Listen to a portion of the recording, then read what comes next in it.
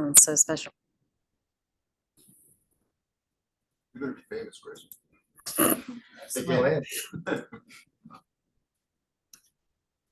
All right, and MC today, Amy, do you want to come on up here? I can come up there Come on up. and not spill my coffee. And Alex will be ready to transition slides for you. Good morning, 1 million cups.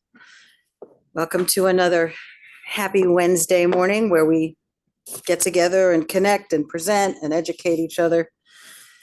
Today, we're a hybrid meeting. We've got folks online, folks in person here in the room at the Mason Enterprise Center, and we're looking forward to a great presentation. So grab your coffee and let's go. Next slide, Alex. So 1 Million Cups is sponsored by the Kauffman Foundation. They're working in entrepreneurship and education to increase opportunities where we learn, we take risks, and we own our own success. Someone said earlier, success is intuitive, winning is intuitive. So that sort of plays into this. Welcome visitors. If you will raise your hands, we would love to hear from you, your name, how you heard about us, as well as your company name. Damola, are you a visitor today? Are you new? Yes, I am, but I'll be coming every week after this. Beautiful. So I guess I'll introduce myself. My name is Damola. I'm a business diversity investment entrepreneurship intern at Fairfax County Economic Development Authority. I'm a junior at Dartmouth College, studying government modified with economics. And I heard about you guys through my boss, Karen. Fairfax County Economic Development Authority are huge fans of 1 Million Cups. I'm super excited to learn more about these different entrepreneurs and work as the weeks come. Well, welcome. Nice to have you. I see a lot of returning folks from last week. Tammy, are you a visitor or are you a member? No, I've been attending. Okay. Sometimes I miss names in the whole in the whole grand scheme of things. Anyone else new today? One's in person. Henry came last week. Last week, so. Henry was here last week. You're good. Do you want to come introduce yourself again, or you feel good? Sure, I can introduce myself. Sure, we can do that. What do you want me to stand up? You can come on, you can stand up, you can come on, we can hear you from there. Okay, so Henry Chang, Ingenuity Solutions. I am a fractional COO and an integrator for companies that run on EOS. Thanks for coming back. Thank you for having me. Next slide, please. This is the important slide, according to John Rittenberg, who reminds us every week. Please scan the QR code. You'll see it again later on in the presentation, but this is how we know that 1 Million Cups Fairfax is the greatest and growing chapter of 1 Million Cups. So you'll check in. That code will take you to the check-in slide or check-in link. I'm going to have a little more coffee here. And then we get credit for folks in the room as well as folks online. So if you'll take a second and do that, you can see on the right-hand side our growth in attendees over time. And this is July through September, I believe. Okay. Next slide. So also important is to know your brand ambassadors and your organizing team. We've already said Jen is she who must be obeyed, and we love that and all the work that she's doing behind the scenes, but there's also some other friendly faces on here, as well as our partner organizations with Fairfax County Economic Development Authority, as well as Veterans Growing America. If you see these faces in real life, in real time, please ask about 1 Million Cups, or you can share our information in the chat with folks who may be interested in learning more about the organization and joining us on Wednesday mornings. Next slide. So 1 Million Cups has a local and national mission. with creating a consistent experience for the presenters as well as those of us in the room who are hearing the presentations, highlighting uniqueness and a value proposition and its multiple communities, not only here in Fairfax, but around the US. So say you're in a different time zone, you still want to go to a 1 Million Cups meeting, find out where it is and where to connect. The key pillars for 1 Million Cups. I love this value statement. It's presentations, it's not pitches. We would love to hand out money. I would love to receive money, but that's not what we do here. So we're creating connections. In a way, it's customer relationships, but it's also business to business relationships, not networking. This is a mastermind opportunity. So you are able to share your knowledge with other people and match skills or find a skill that helps with your weakness.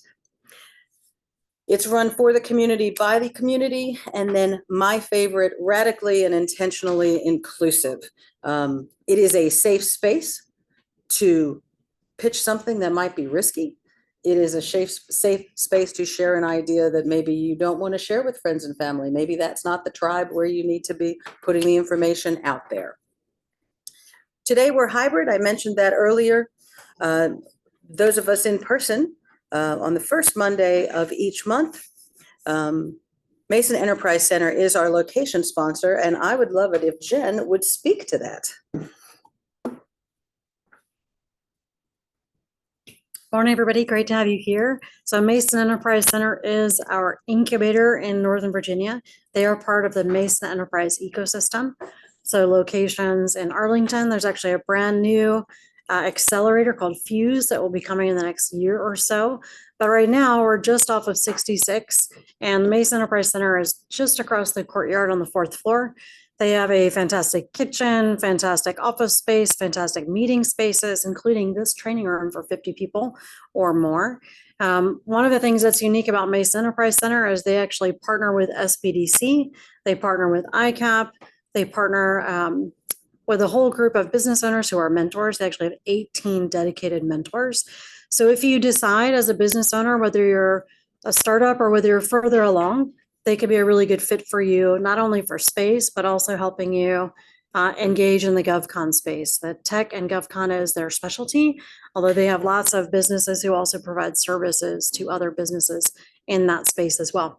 If you ever want a tour, just go to mec-fairfax.org and you can log in, schedule an appointment, and go from there. Eddie Hill is your point of contact. And if you come to our in-person meetings next time, he will be here next month and you can meet him then. So we're really thrilled to have them as a partner. Again, go check it out. You do not have to be a Mason grad to be in the incubator. It's open to all businesses. So have a great day. And with that, I'm going to hand it off to Amy to talk about something sweet. So luckily today, not only the MC, but also the coffee sponsor. I own 1 million, I own 1 million cups. Congratulations. Millionaire. Zillion. That is fantastic. So I own 48 Blocks Fine Candy. We are best known for marshmallows, but we also make fruit pâtés and caramels, unique sweets inspired by global locations, non-traditional flavors. Thank you, Jen, for adding the website to that card.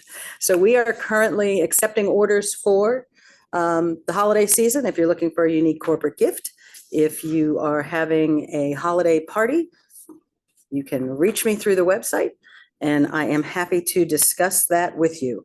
This is also one more reminder that the QR code at the bottom of that slide you can use to check in for the meeting. How our meetings work. Please use the chat and save the chat at the end of the meeting. In there, we ask that you share your contact information. So if there is someone who would like to connect with you from here in the room or from online, they're able to find you easily later. The chat's also a great place to offer up comments and maybe follow-on questions to the direct questions. And you can set up more conversations with individual attendees. Save the chat before you leave the meeting. There are 3 little dots at the top of the chat bar. You can click on there and it will give you the option to save the chat. how our meetings work. Open forum, question and answers. Please mute your mic during the presentation. Some of us have little dogs who like to make comments. Not here today, but sometimes online. Next one, Alex. We have best practices for the conversations. So we don't just say, you should do this. You should do it my way. But we try to preface things, try to be polite, although some of the previous conversation here in the room may have not given that impression. We do try to be polite for the most part. Thank you for the insight. I have a slightly different perspective. Just be nice. Today, we're going to hear from Chris Shrum Yay. with Schooley Mitchell. He's going to share some insights for us. So I'm going to hand this over to him. Awesome, thank you. All right. Let's get a good angle for me here. You're too tall for these. Yeah, good morning, everyone. Nice to meet a lot of you. Nice to see some familiar faces in the room. This is really cool. Everyone online, nice to meet you.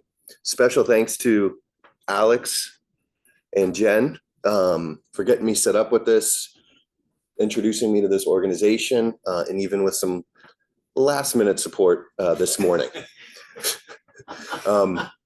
So yes, Schooley Mitchell is my business. My primary challenge is I have a very unique service. All businesses, all organizations can leverage my service, but my challenge is not too many businesses are aware that such a service exists.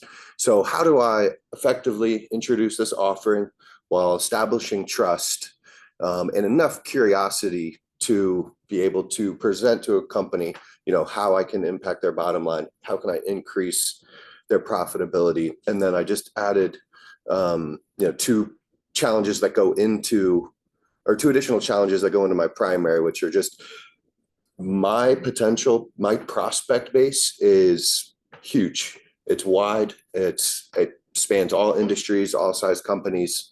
And then the other challenge that I've had so far is just how can I scale my sales and marketing efforts?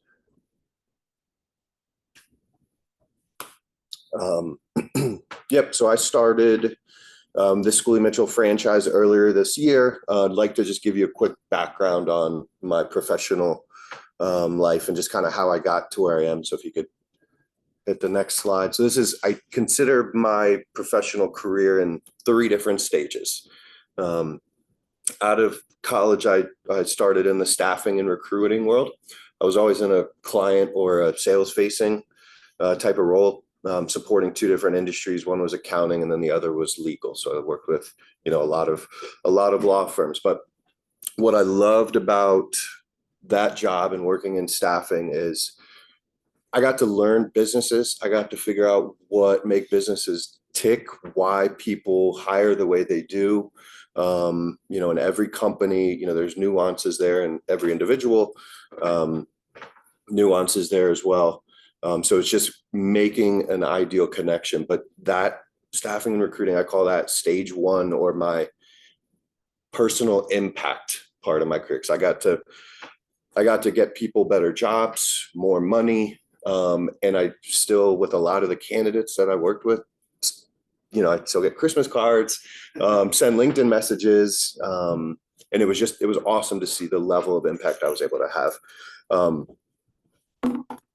I got into, I became fascinated with the technology space. So I worked for the last 5 years or so at Salesforce and then AWS, and just saw the impact and the scale at which you could solve real world challenges through technology. Unfortunately, you lose a bit of that personal touch, the direct relationships, the one-on-one stuff. So that stage 2, I call my scalability stage. And now with Schooley Mitchell, I'm bringing a personal impact to businesses while also doing it in a scalable fashion. Next slide. So yeah, what is Schooley Mitchell, right? Cost reduction experts. Schooley Mitchell has helped over 29,000 clients, all industries, all sizes, with documented hard savings of over $650 million. Company started early 2000, so approaching 25 years. The average savings for each client based on the category that we are reviewing for their expenses is 28%, which is just, when you think about it, that can just have such a huge impact on everything. My favorite part about Schooley Mitchell is it's contingency based. There is zero risk to any client.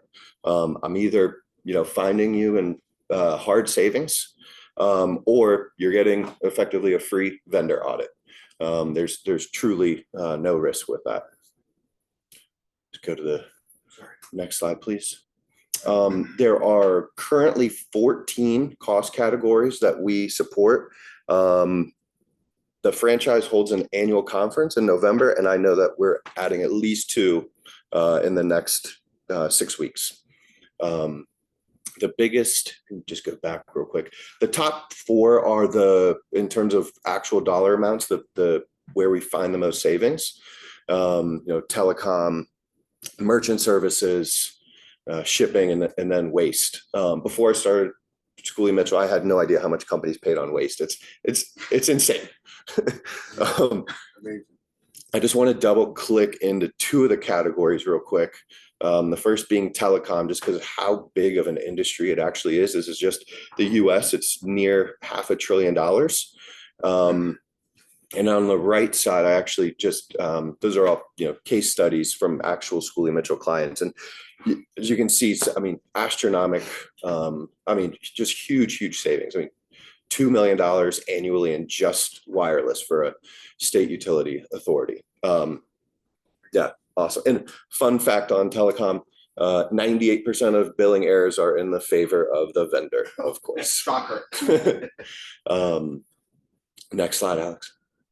The other one that I wanted to highlight is merchant services, how you're actually doing your payment processing. A lot of folks don't realize that there are, in most cases, there's going to be 3, 5, maybe 7 companies or layers to what you're actually, for any transaction, anything swiping, whether it's online, whether it's with a Square, whether it's your bank, Stripe, anything like that.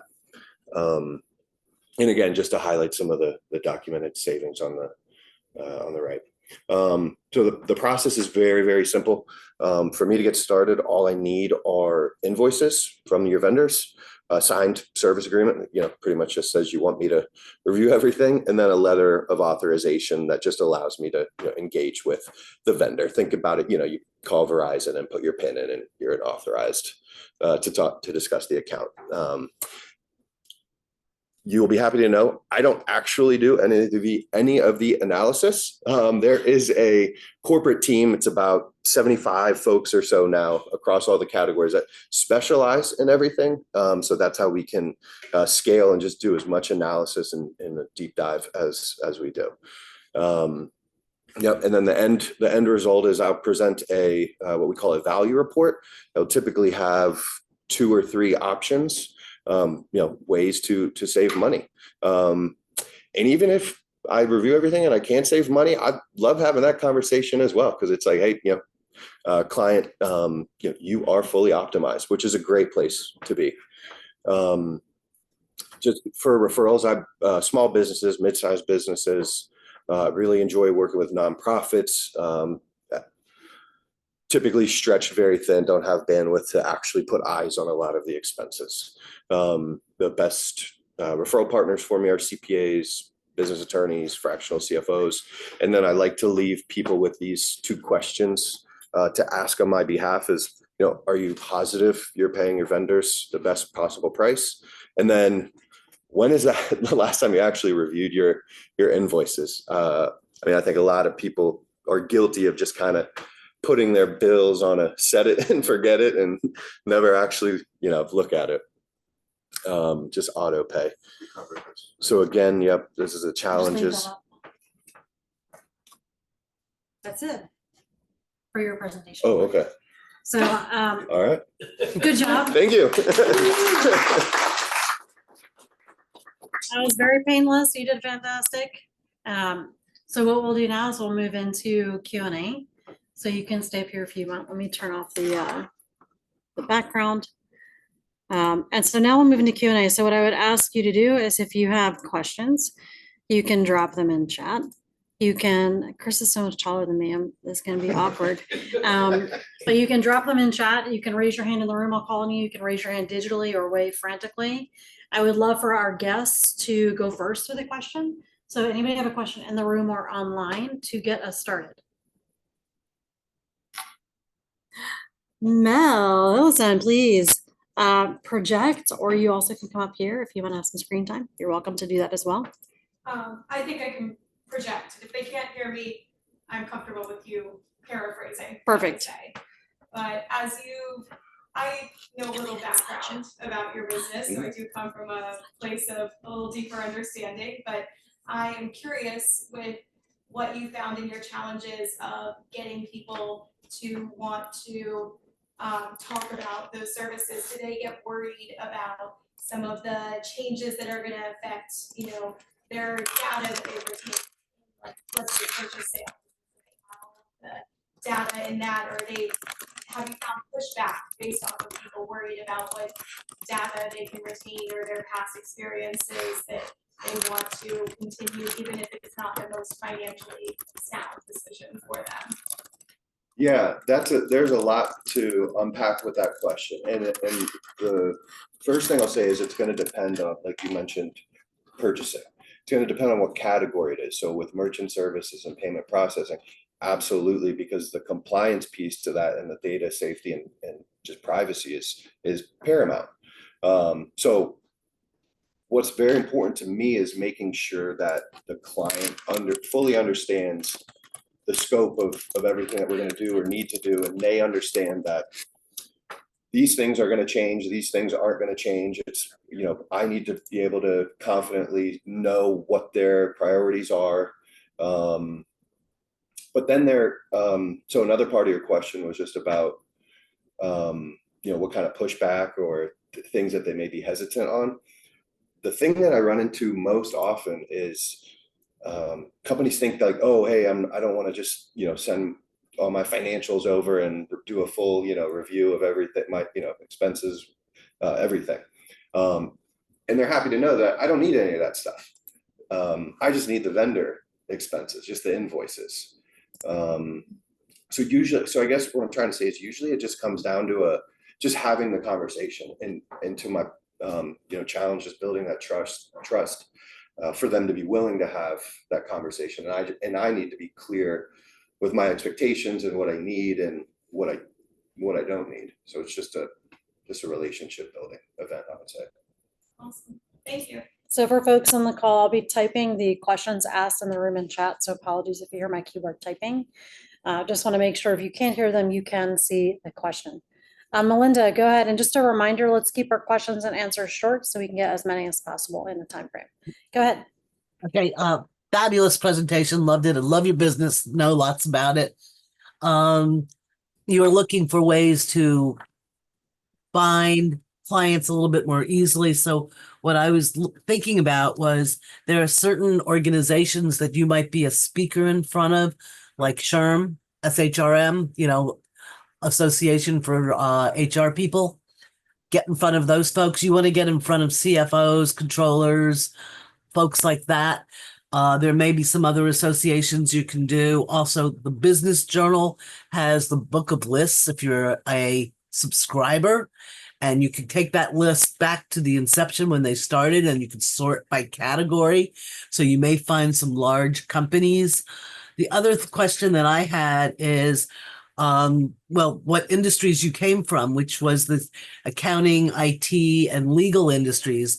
Those industries also, as well as being partners with you, may be great partners for you to help them expand their business and understand how they can save money so that they can bring it to their clients. Perfect. Awesome. If you can type that in chat, Melinda, that would be great. You got it. And I'll get the others too.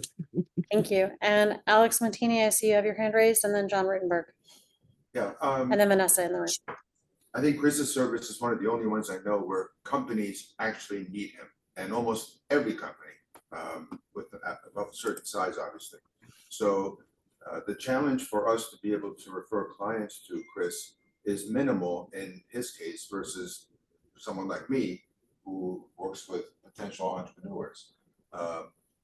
So that's a great thing for us to know and how we can help Chris. His service is pretty universal.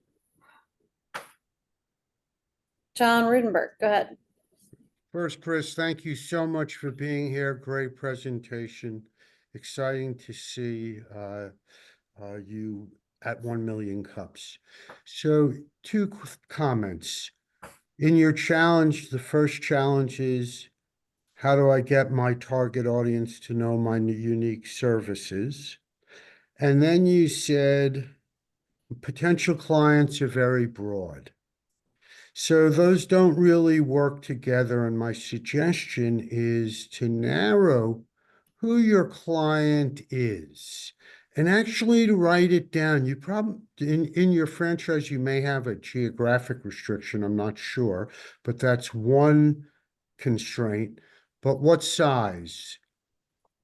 So really write that down in a couple of sentences, because it may be cross-industry, but going after onesies, which could be meaningful for the onesie, is less impactful to you than in getting companies of 50 to 500. And Can I ask so, a follow-up clarifying question, John Rudenberg?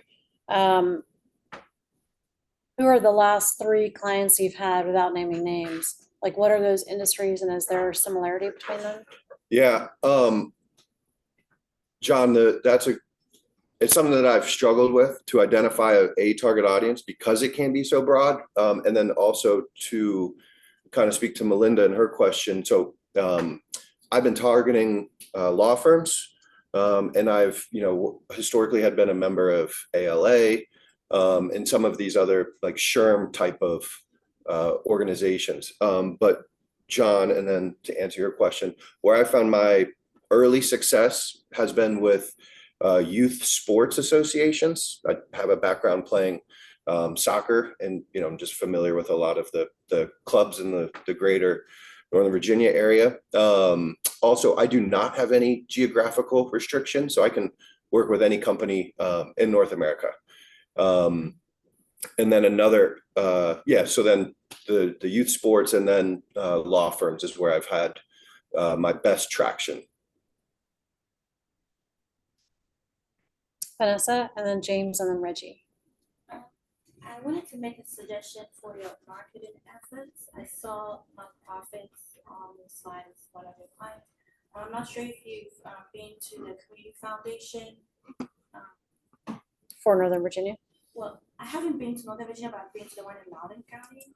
And I've spoken with the CEO and I think the person in charge of like marketing.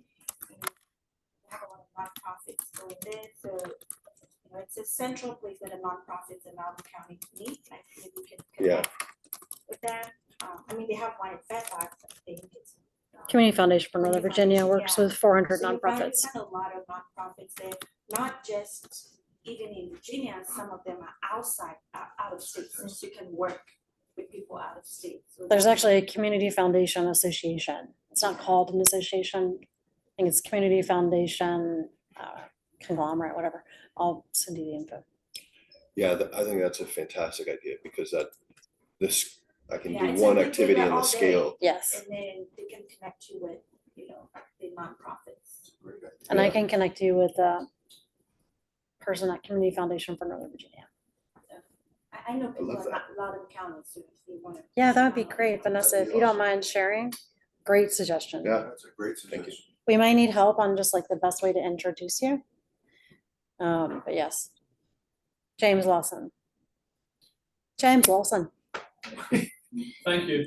Hi, Chris. All right, so very familiar with Yeah. the company. Do you want to come up here and ask your question? People are dying to hear your voice. Oh, okay. It's just that way. It's just this way. It's not that way. Don't get stuck in a circle. Hi, folks. Right, so there's a couple of things. So I know Schooley Mitchell very well, having worked with Chris's predecessor. And I think there's three things. There's people who don't care, people who don't know, and there's people who might care if they only knew. Right? So we've got three buckets. Because one of your question is, how do I effectively introduce myself? I don't know that people care about cost reduction. I think people care about making more money. Yeah. Right? So if it's me, here's what I would, this is just guidance, right? Because John's right, broad customer base, big problem. I would focus on companies that are growing, people that are hiring, Need cash. that need money to invest. And I would go and target them about helping them increase profitability to increase back into the business. But the way we're going to do it is look at the whole operation and find ways to actually save. I wouldn't go in with saving money or cost reduction. I would go in with building profitability. Yeah. That's how I would do it. And it's a very subtle twist. Same thing. I mean, what you're going to do is the same thing. But I think the way that you go in and the message might be a slight tweak.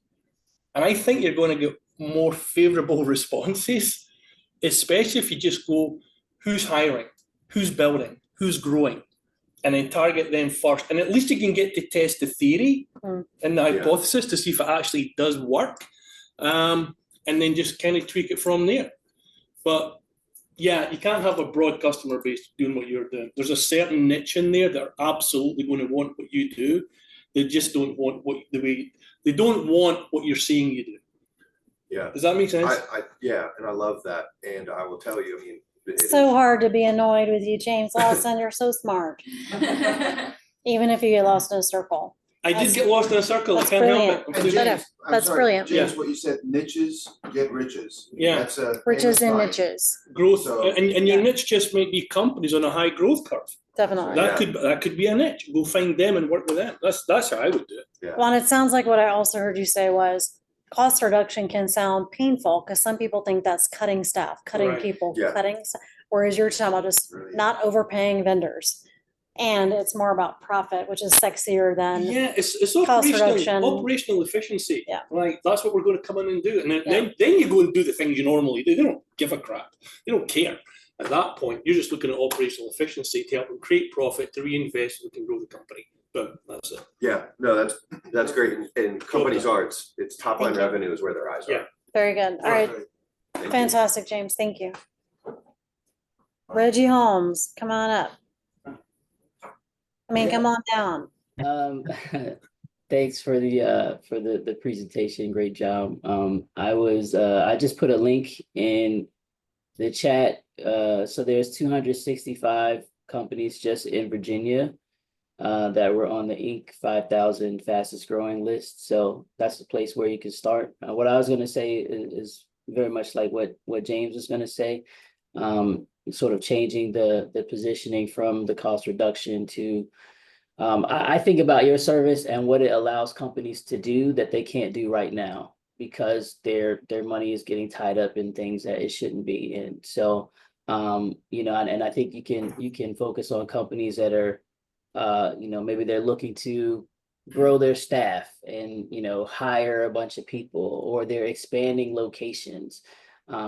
So these are kind of keywords and things that you can look for related to specific types of growth or areas that companies are growing in. And also, the FCEDA talks a lot about companies that are moving to the area and expanding operations here. So I would kind of change how you're positioning what you offer, because I do think that to businesses, making more money and then being able to do more creative, innovative things with that money is more attractive than just saving money. Yeah. So Well said. It's Reggie's last name. Reggie Holmes, Holmes, H-O-L. like Sherlock Holmes. No relation. No relation other than intelligence. Both very smart, if that was not clear in my witty remark. Next up, John Rudenberg. And So continuing to shape your ideal prospect, as the folks before me have carved out already, what are the attributes of companies, some of which are on that list of 265 companies that do high volume, small package shipping? Because earlier you said that's a cost center. So as I focus on where are the pain points that businesses that could be in your target audience, you mentioned earlier several areas where savings can be realized. Therefore, they may not know that they have pain. And I love the messaging comments, but truly researching companies that do a lot of high volume shipping, high value particular, but small. I'll stop. Just a thought. I'll put it in chat. Since you're asking about marketing efforts, can I ask a clarifying question? Mhm. For your Schooley Mitchell franchise, do you have constraints on how and what you can say and market? I do. Okay. Yes. It would be good to follow up and talk more about that later, Okay. because that is an important thing to consider as you're building out marketing campaigns, that you stay within the branding lane for Schooley Mitchell. John Norris, did you want to come up front? Of course I do. Come on down, John Norris. Norse, I want to see you. John Rudenberg texted me, he said, get John Norris down here. Get Norse in front of the mic, man. I've been on vacation, Rudy. There we go. Behave, come on. Wow. Question good for your you. revenue Come model. I closer. imagine you get a percentage of savings. Is that how you do it? Yep. And then what's the value proposition that you're going to come back to me in 6 months or a year to do that review again? And if you find more save, is that your Yeah. business model? So the question is this, like, obviously, I think there's great suggestion here. That it seems obvious, you go, oh, I'm a business, I'm struggling with my finances. You would come in and help me, but that company obviously has bigger problems and maybe on the path of going out of business. A growth company, whether it's rapid growth or just steady growth, they're going to have profits. And they're going to, what I would tell a business owner, you focus what I'm best on, which is top line growth. You're going to help me with bottom line. Yeah. Because I'm not paying attention. Because remember, healthy sales fixes all problems. If I'm growing at 100% and my expenses, even if they're out of control at 50%, I'm still growing my profits because my revenue is just scaling at an incredible rate. So to have that person kind of trailing behind saying, hey, you're making a mistake here, or you're making a mistake here, or here, that would be huge value proposition. So I think the idea of working with successful organizations is your goal. That's your goal. Yeah, that makes a ton of sense. And just one comment on the actual revenue model. So that the hard savings, whatever that is, so let's say currently paying $100 a month, I get it down to 80. So 50% to me, 50% realized by the company. Not to be paid until the savings are actually realized. So from a CFO perspective, you're always net positive. You're always cash positive in this relationship. And then to speak to after the implementation or after the savings are found, doing monthly or quarterly, what we call post audits, while also keeping eyes on the marketplace for other vendor options, or just so everyone is always fully in the know as to where things stand. I'm going to jump in and speak for John Foster and recommend that you consider using LinkedIn more and running LinkedIn ads, which I'm happy to help you with outside of this conversation. John Foster, did you have something you wanted to say? Why don't you come on up front? Come up front. He's been reduced to a comment. Yeah. He's a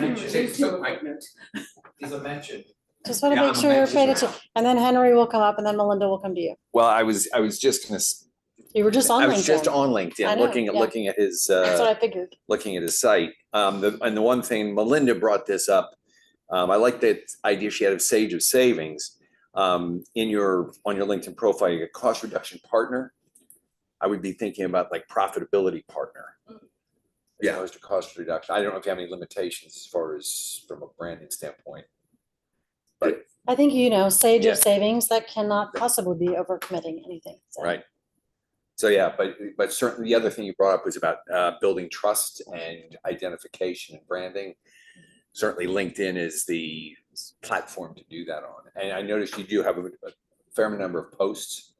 I'm wondering though, I was looking at the posts, I'm wondering if the posts could be more targeted towards that idea of profitability. Yeah. Yeah, fantastic things to think about.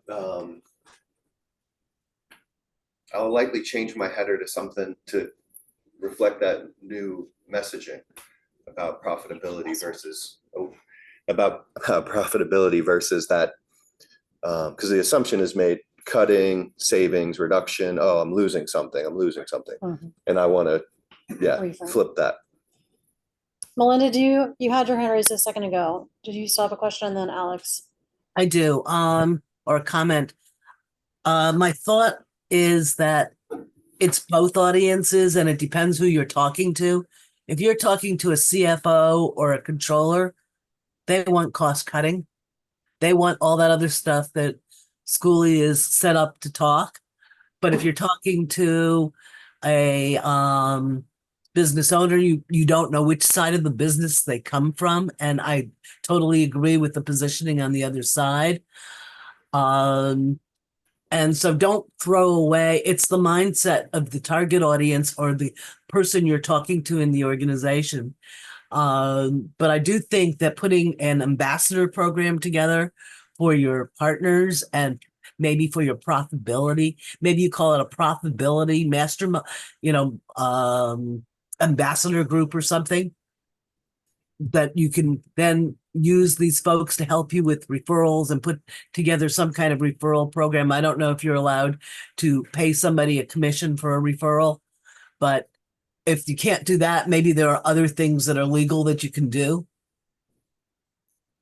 Yeah, no, referral programs are definitely going to be a strong way for me to scale. I can and will, pay referral partners.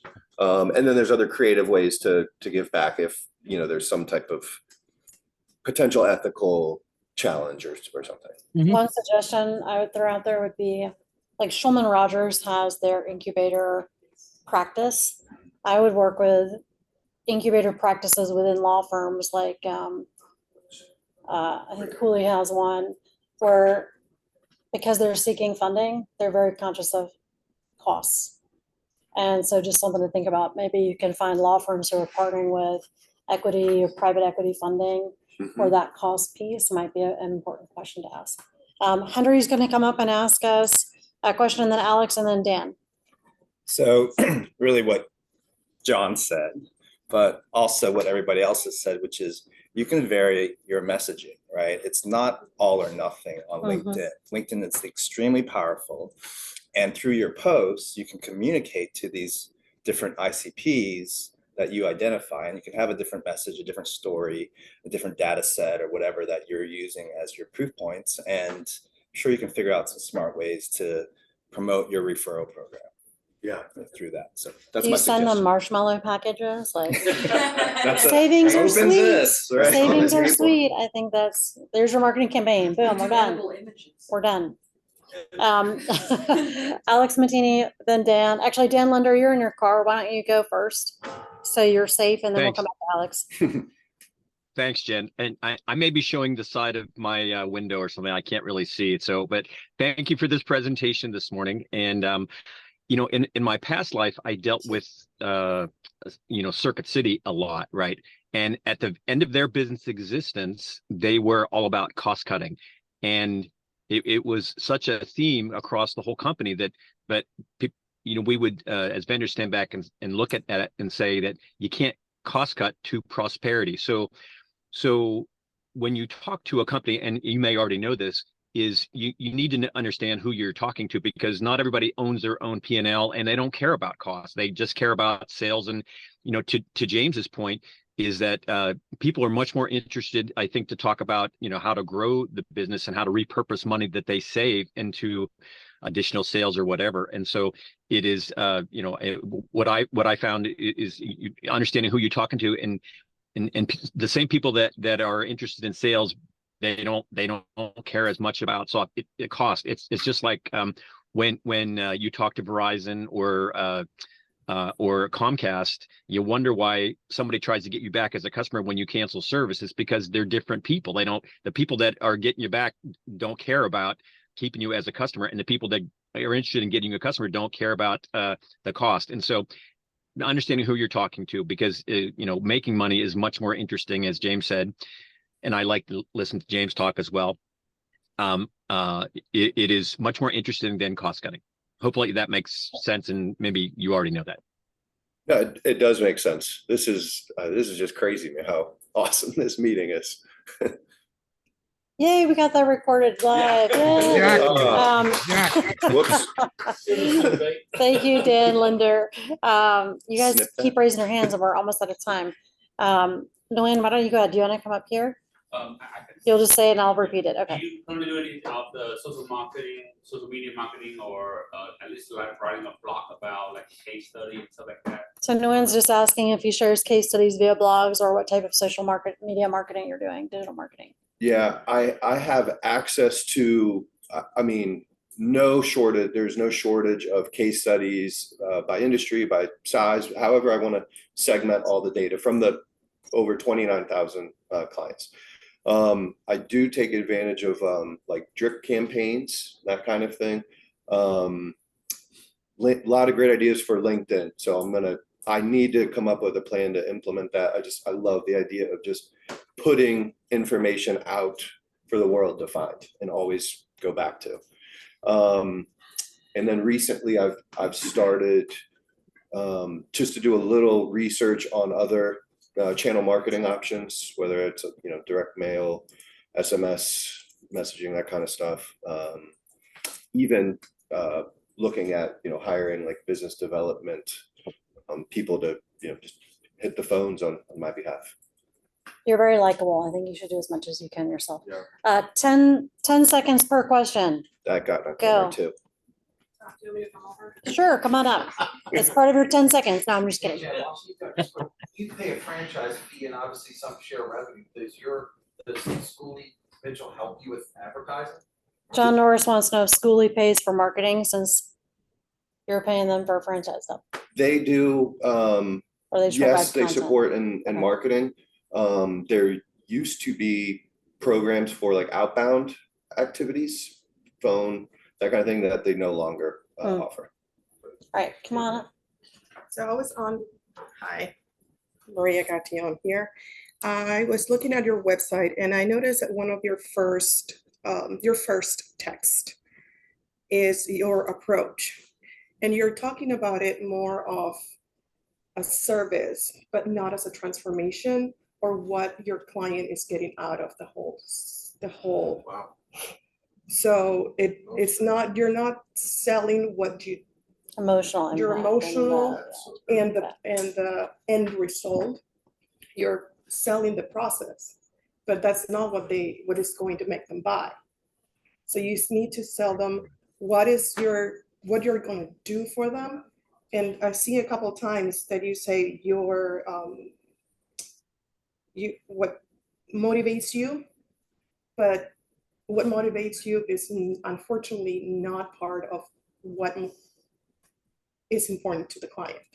I agree. Yeah. So and on that side is like what the final or the end result will be. I will save you money this way. And because you have so many services, maybe an infographic will help you give some information because your services is very complex, but an infographic might be able to help you provide that information with less words and more visual. Great feedback. So I let her go more than 10 seconds. Thank you, Maria. Sorry, Alex and Reggie, we are out of time. I'm just kidding. Alex, really quickly. Sure. This ties into Chris's mini challenge. The first 10, 15 seconds we share with the lead. They define their take on who we are. What would be the best way for Chris to introduce himself to a brand new CEO or CFO he's never talked to that would gain their trust and gain their interest in hearing more from Chris? I think we should put that in chat or maybe have a quick brainstorming here. We're out of time for brainstorming, but do put ideas in chat for what would be a great opening line or two from Chris as he's talking with CEOs. Reggie Holmes, last question before we go to the 1MillionCups question. Yes, I was just going to say, I think partnering, connecting with business brokers and people that specialize in M&A is going to be really beneficial because people are looking to clean up a lot of these things before they go to try to sell their business. And people that want to buy businesses want to make sure that they're getting a business that's, the most lean and profitable operation possible. So those people will be great partners for you. Yeah, thank you. All right, next slide, and I'm gonna hand it back over to Amy to ask this last question. Oh, good. I get to ask the last question. So Chris, what can our 1 Million Cups community help you with today? Well, I'll answer it by saying, yeah, I think that's been started. I think that question's almost answered. Strategy around LinkedIn, how to message more effectively, who I'm targeting, how I am. I almost feel like I need some time to just process. Yeah. Welcome to our world. Next slide, please. Oh, we have. Pardon? Michael. Holmes. Holmes is. So Michael Holmes is presenting next week, and do we know what he is presenting about? Yes, his business is about transitioning the elderly to their senior care facilities and then taking care of their homes, their belongings. Wonderful. So senior care transition, having just gone through that myself. I wish I had had it a year ago. So if you are interested in becoming more involved with 1 Million Cups, we would love to have you.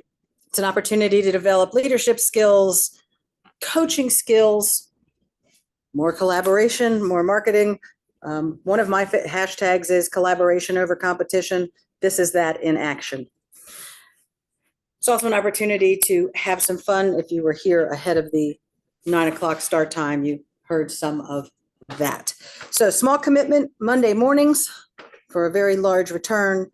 Please type me into the chat or reach out to any of the ambassadors or organizers that you saw on the earlier slide.